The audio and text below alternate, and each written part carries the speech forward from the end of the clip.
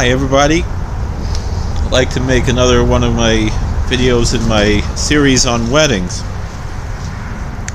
So today I'm actually scheduled to perform a wedding. I've been here for an hour, and you learn one of the tricks of the trade is how to be patient, but always to be on time. I mean, that should go without saying, but you know, plan ahead no matter what. I had a case.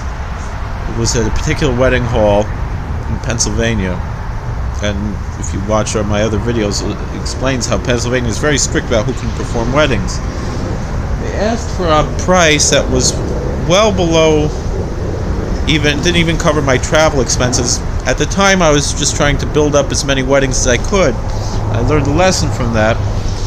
So I accepted the price, assuming that it was going to be just at their house, a small thing, because the price was insultingly low.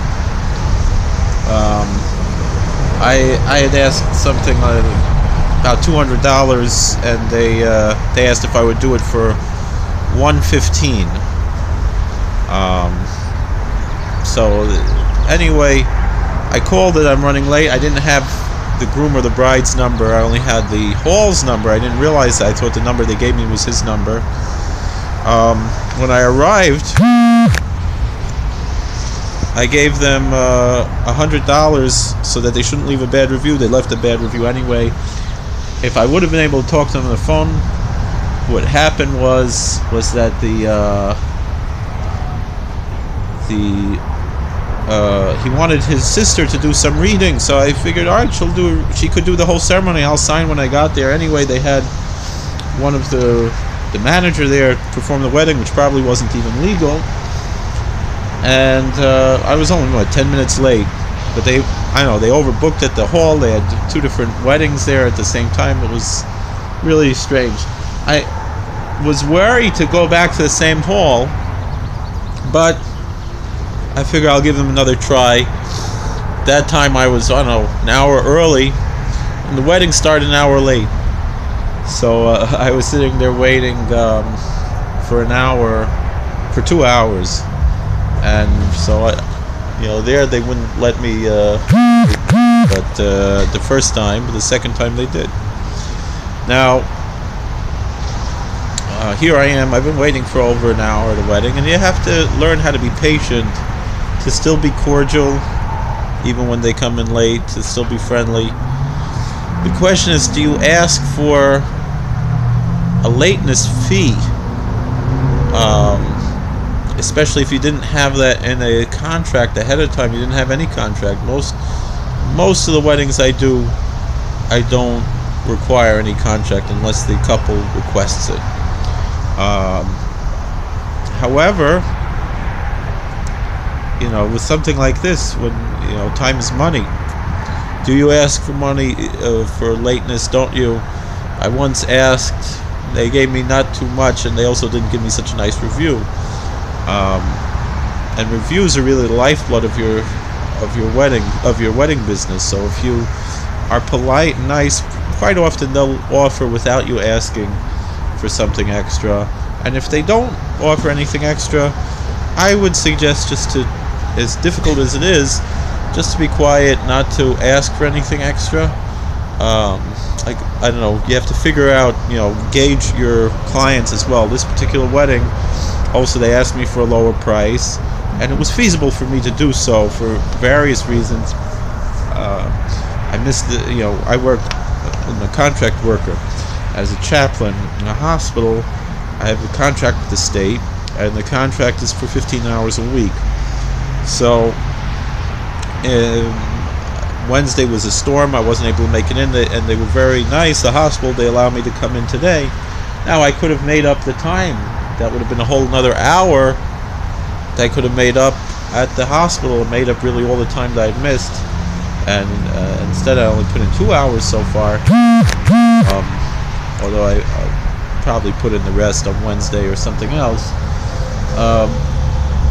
But it was a little bit more than 2 hours. Maybe it was close to 3 hours. I'll have to figure out exactly when I came, when I left. It was over 2 hours, I think. Might have been close to 3 hours. Whatever it was, But that's the way it is, and you have to have, for me as a man of faith, it's important to have betochen, to recognize that God, decides all of these things. So, for example, this couple, I asked a particular price, which is a regular going rate. They asked for a little bit less. I met them halfway because I wasn't aware that I would be in the area. At this point, I would have been able to take the lower price. So the fact that they already met me halfway with the price, to me, I asked $175. They asked if I could do $125, and it's 95 miles from my home, so I asked $150, because I generally will ask $50 for the ceremony plus expenses. But then I realized sometimes when you ask too little, they don't respect you as much. It's a very fine art to try to figure out this wedding business. It takes time. It takes a lot of learning the business. I've been in this business for 10 years, coming up to 10 years. In November will be 10 years that I've been doing weddings. When I got started, I would just do weddings for $20, $30, $50. For the most part, they would come to my house. And just for me to sign my name for $20 was worth it.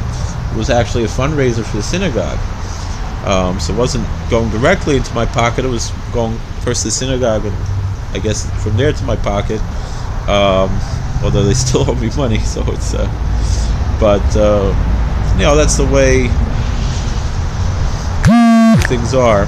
All right. Well, I'm running out of batteries here. Thank you for watching. Please like, share, and subscribe. There's a lot to learn if you want to get into this wedding business.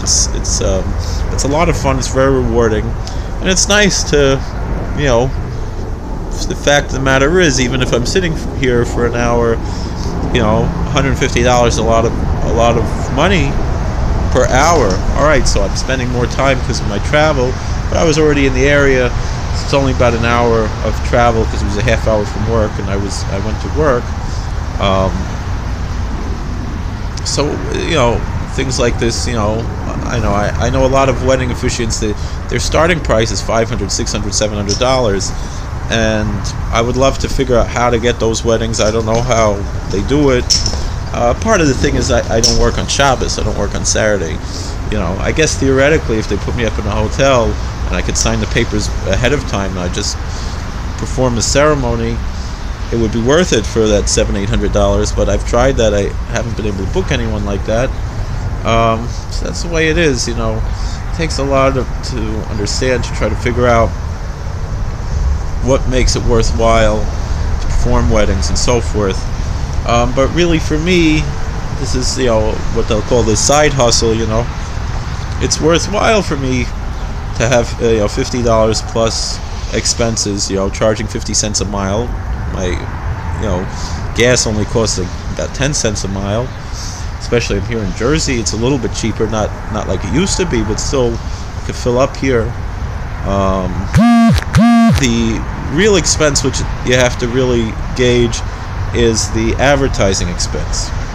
That's one of the most difficult expenses to really figure out when you're in the wedding business, is how much are you spending in advertising. Now, when I started, I barely spent anything advertising. In Richmond, Virginia, I had a nice flow of weddings and didn't have to spend very much. There was a website, WedPlan, that I used to use. I also used Craigslist and other things, and also the local city clerk would give out my information, and they would often call me to meet them at the courthouse, because there was no justice of the peace on duty at the Richmond City Court.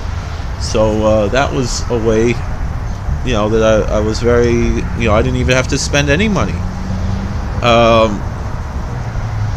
And so it was worth it for me to most of my weddings were local, so it was worth it for me to charge only about $50 for weddings. But then I realized, it costs money to advertise. Probably